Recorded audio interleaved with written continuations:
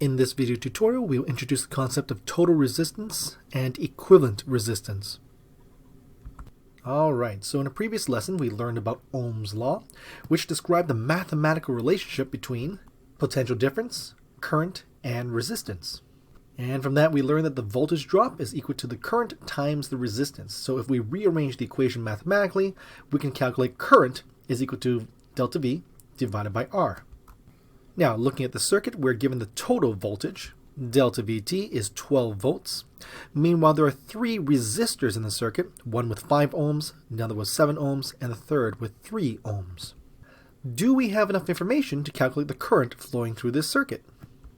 Well, based on what you learned, the answer is no, because we don't know the voltage drop at each resistor. So if current is equal to delta V divided by R, the only thing I have to solve current is the resistance at each location. 5 ohms at the first one, 7 ohms at the second, and 3 ohms at the third. But I don't know how much voltage was given to each of these resistors. With two unknowns, I am unable to solve the equation.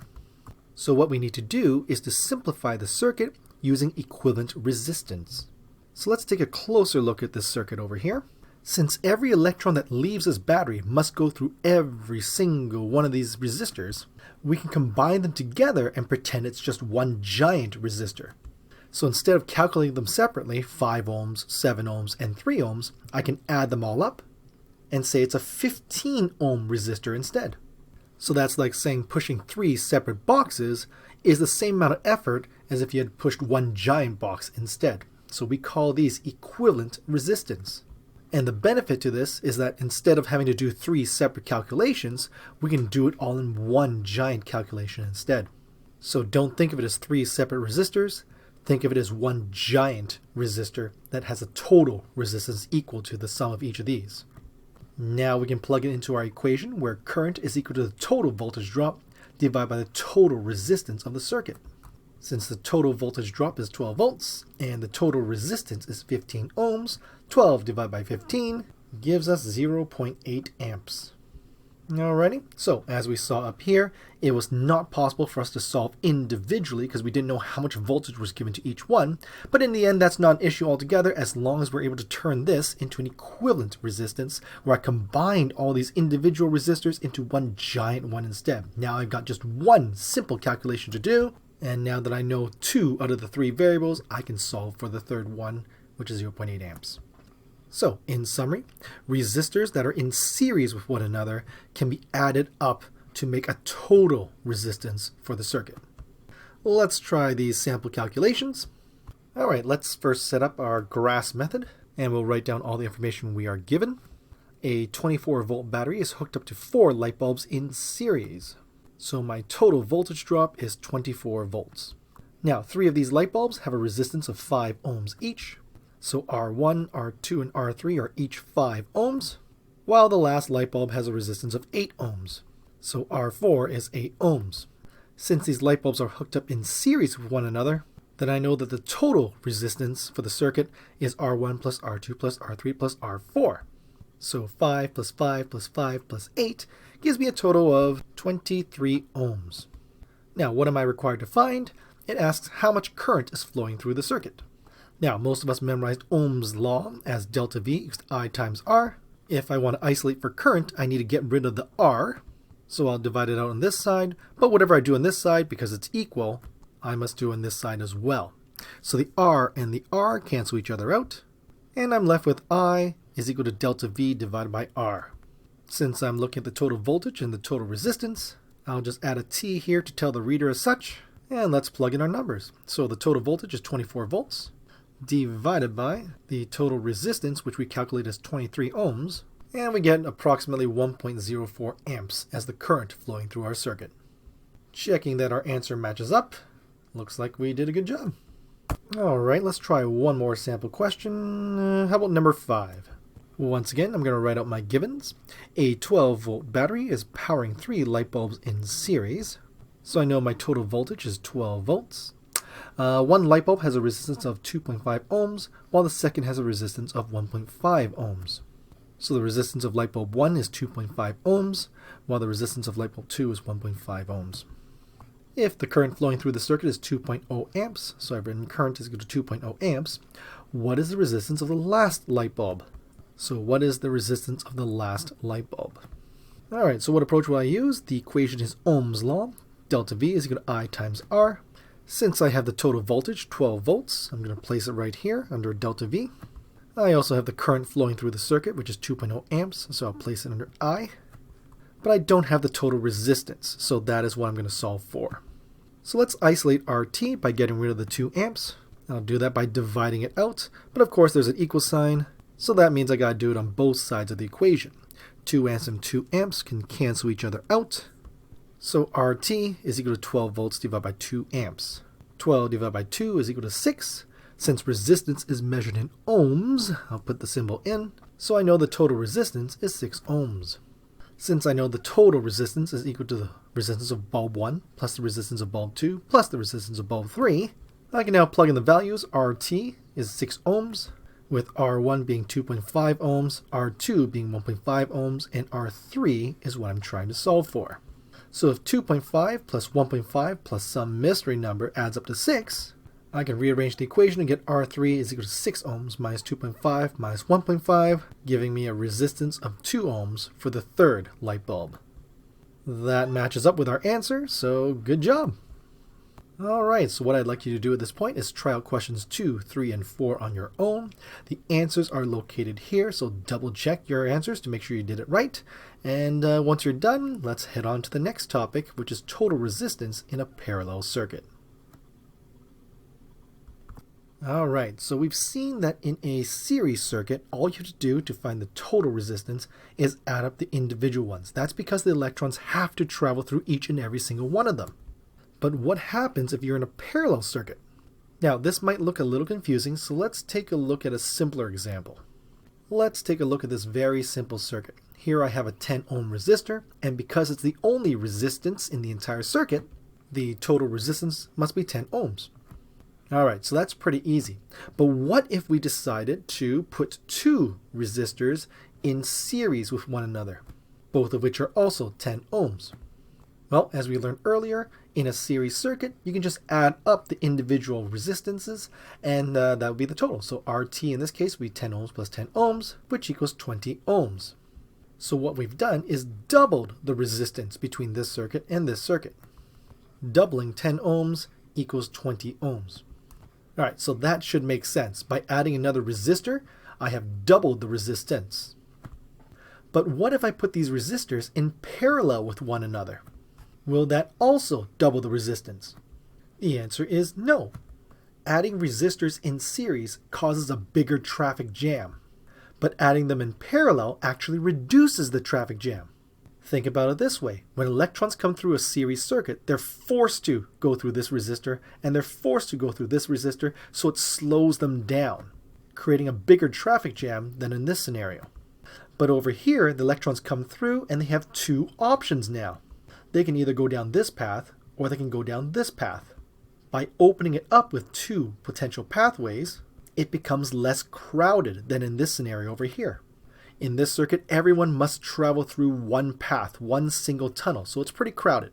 Over here, you've added an additional obstacle, so of course it slows things down, things will get more crowded, so it's double the resistance. But over here, you kind of give the electrons room to spread out, they can go down this path or this path, so it's less crowded. And less crowded means less resistance. By opening up 2 new pathways, you made it half as crowded as in this scenario. And half the resistance of 10 ohms is 5 ohms. So the total resistance in this particular circuit is 5 ohms. But how did we arrive at this number? Well, someone much smarter than me came up with this equation. They found that 1 divided by the total resistance is equal to the 1 over R1 plus 1 over R2 plus 1 over R3 plus however many resistors are in your circuit. Now, anytime you divide 1 by your value, we call that a reciprocal. So the reciprocal of the total resistance is equal to the reciprocal of resistor number 1, added to the reciprocal of resistor number 2, added to the reciprocal of resistor number 3, and so on and so forth, depending on how many resistors you have in your circuit. And that's where we get this equation for resistors in parallel. So let's try this equation out for this simple circuit. I know that resistor number 1 is 10 ohms, 10 ohms, and I know that resistor number 2 is also 10 ohms, also 10 ohms.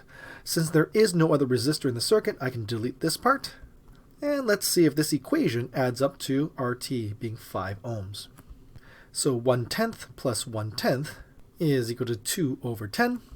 Now I'm running out of space down here, so I'll just rewrite it up here. So 1 over RT is equal to 2 over 10 ohms. When I punch this into my calculator, I get 0.2. So 1 over RT is equal to 0.2. However, I'm not trying to solve for 1 over RT, I'm trying to solve for RT. So what I can do here is flip the equation, and now we have RT divided by 1. But if I flip things on this side of the equation, I gotta do the same on this side as well. Now if you recall, if there's nothing written underneath, there's no denominator here, we can assume that it means divided by 1, allowing me to flip this side like I did over here, and I get RT is equal to 1 divided by 0.2. Punching this into my calculator, 1 divided by 0.2 gives me 5 ohms, which is exactly as we predicted. Now this last little bit seems a little confusing, not a big deal. We're going to go over a couple more questions and calculations that should help you to better understand, or at least be more comfortable with the topic. The key thing here is, this is the equation for total resistance in a parallel circuit, where we look at the reciprocal of the total resistance is equal to the sum of the reciprocal of the other resistances. And in a series circuit, things are a lot easier. You just have to add them all up, and that's it. Alright, so let's take a look at this more complicated situation. Here we've got 2 resistors that are wired in parallel, and a third resistor over here that's not wired in parallel, but rather in series with these other 2. We're being asked to find the current for the entire circuit, but as we saw earlier, that's a little difficult when the resistors are split up like this. So the game plan is to try and combine these 3 resistors into one giant resistor. That will simplify things so that we can do our calculations more easily. So the first step is to combine your parallel resistors together, and to do that we can use our equation over here. So the reciprocal of the total resistance over here is equal to reciprocal of the first resistor plus the reciprocal of the second resistor. So let's just fill in the information that we've got.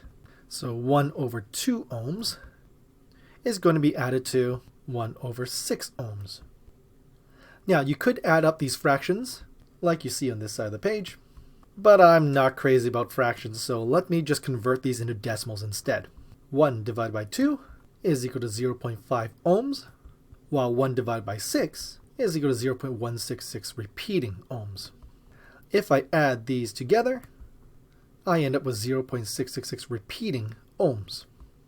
Again, I'm not looking for 1 over RT, not the reciprocal. I'm looking for RT itself. So I need to flip these two, but that also means I got to flip this side as well. Once I do that, and now it looks like this. I can punch this into my calculator, 1 divided by 0.666. Just make sure you are repeating this over and over in your calculator, otherwise if you round too early, your answer is going to be quite a bit off. So try and keep as many digits as possible. Don't round until your final answer. But anyway, 1 divided by 0.6666666 gives me 1.5 ohms. So looking back at this circuit, I've combined these 2 resistors into one giant resistor that is 1.5 ohms instead of 2 or 6. And as we saw earlier, by creating these alternate pathways, we make the total resistance smaller than it originally was. So the original resistance was 2 ohms and 6. Well, by combining them together, it's smaller than either of these. Alright, so by combining these 2 parallel resistors into one giant resistor here, I have 2 resistors that are now in series. And as we saw, in a series circuit, you just simply add up the resistors together. So 1.5 ohms plus 3 ohms gives me a giant resistor of 4.5 ohms.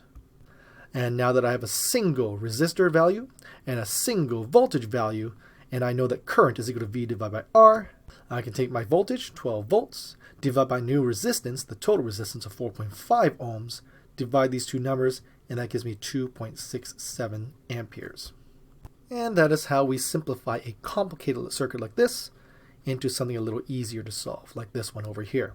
Just take it one step at a time, combining parallel circuits together first, using this equation, then combining your series circuits like this, using this equation.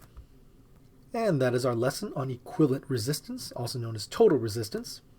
What I would like you to do is try out these questions on this page, but let's try a sample one together, like let's go with F. Give this one a try. I'm going to give you a little bit of time, so I'm going to pause the video. When you're ready, unpause the video and let's see how well you did. Alright, let's see how well we did. So the first thing I'm going to do is transfer all the information I have on the right hand side into the diagram on the left. So R1 is 1.1 ohms, R2 is 2.2 ohms, while R3 is 3.3, and R4 is 4.4 ohms. Then using the reciprocal equation, I'm going to combine these two parallel resistors into one resistor using this equation. And do the same thing for green over here. Combine these two parallel resistors into a single total resistance as well. Plugging in the values for R1 and R2, I get this equation. While plugging the values for R3 and R4, I get this equation. Let's move down ahead over here and continue on with our calculations. Again, I hate dealing with fractions, so I'm just going to take this 1 divided by 1.1 in my calculator, punch it in, and I get 0.9090 repeating. Same thing over here, 1 divided by 2.2, the calculator tells me is 1.4545 repeating. Same thing with this side, 1 divided by 3.3 gives you 0.30 repeating, while 1 divided by 4.4 gives you 0.22727 repeating. Now remember, don't round your numbers too much or too early, otherwise your final answer will be quite off. So what I like to do is keep at least 4 decimal places for each number. So when I add them up, I end up with 1.3636 repeating over here and 0.53030 repeating over here. Since we are not solving for the reciprocal of RT1 or RT2, I'm just going to flip the fractions here and here, but that also means I got to flip the fractions on the other side as well. Now I can just plug this into my calculator, so 1 divided by 1.3636 repeating, and on this side as well, 1 divided by 0.53030 repeating, and that gives me a total resistance of 0.7333 repeating for the first part, so just this part over here when I combine together, and 1.8857 for this part over here. And once I redraw this circuit over here, these two parallel resistors are now going to be one giant resistor of 0.733 ohms. So the total resistance over here is 0.733 ohms, while these two combine into one giant resistor that is 1.8857 ohms. Because these two resistors are now in series with each other, I can simply add them up to the total resistance for the entire circuit. So 0.733 repeating ohms plus 1.8857 ohms gives me a total of approximately 2.62 ohms, which matches up with our answers. So good job. All right, try out the rest of the questions. Make sure you're checking your answers. And if you have any other questions, let me know.